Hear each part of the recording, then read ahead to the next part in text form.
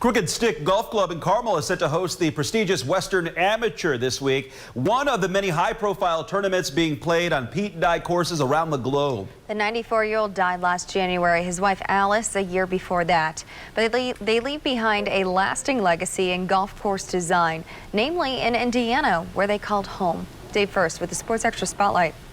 You probably just tore it apart.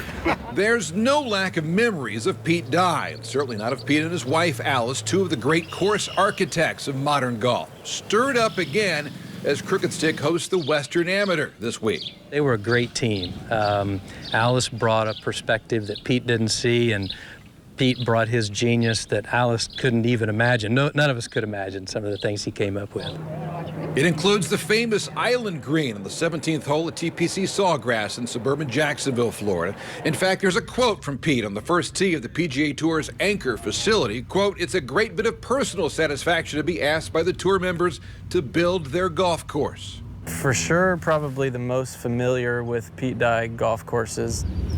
Avon's Patrick Rogers gets to see plenty of Dye courses on the PGA Tour and has seen them for years, playing Pete's many designs in Indiana. I don't think I really appreciated how quirky they could be, having grown up on so many different Pete Dye golf courses throughout central Indiana. But I definitely feel at home and kind of appreciate kind of the genius or maybe even the madness. Rooted in a trip to Scotland in the 60s, the designs share a mixture of big bunkers, small bunkers, deep bunkers, the use of cross ties, sharp angles, combining the physical and the mental for the golfer. And the stories? You can't put on tape.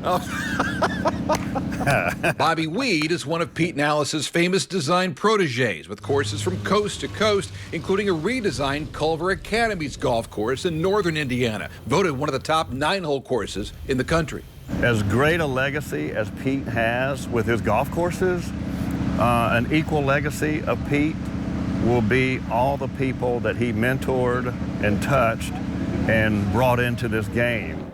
From Sawgrass to Harbortown to Indiana's Brickyard Crossing, Crooked Stick, and the Pete Dye course in French Lick, Pete and Alice Dye seemingly overlook it all. His boldness and brashness, and I've always been very proud that he's a Hoosier. One of a kind, broke the mold, best of the modern era. What a privilege it was to know them, and for us here at Crooked Stick, this is their baby, is what they called it, and so it's pretty special. Leaving behind a lasting legacy. Dave First, RTV 6 Sports.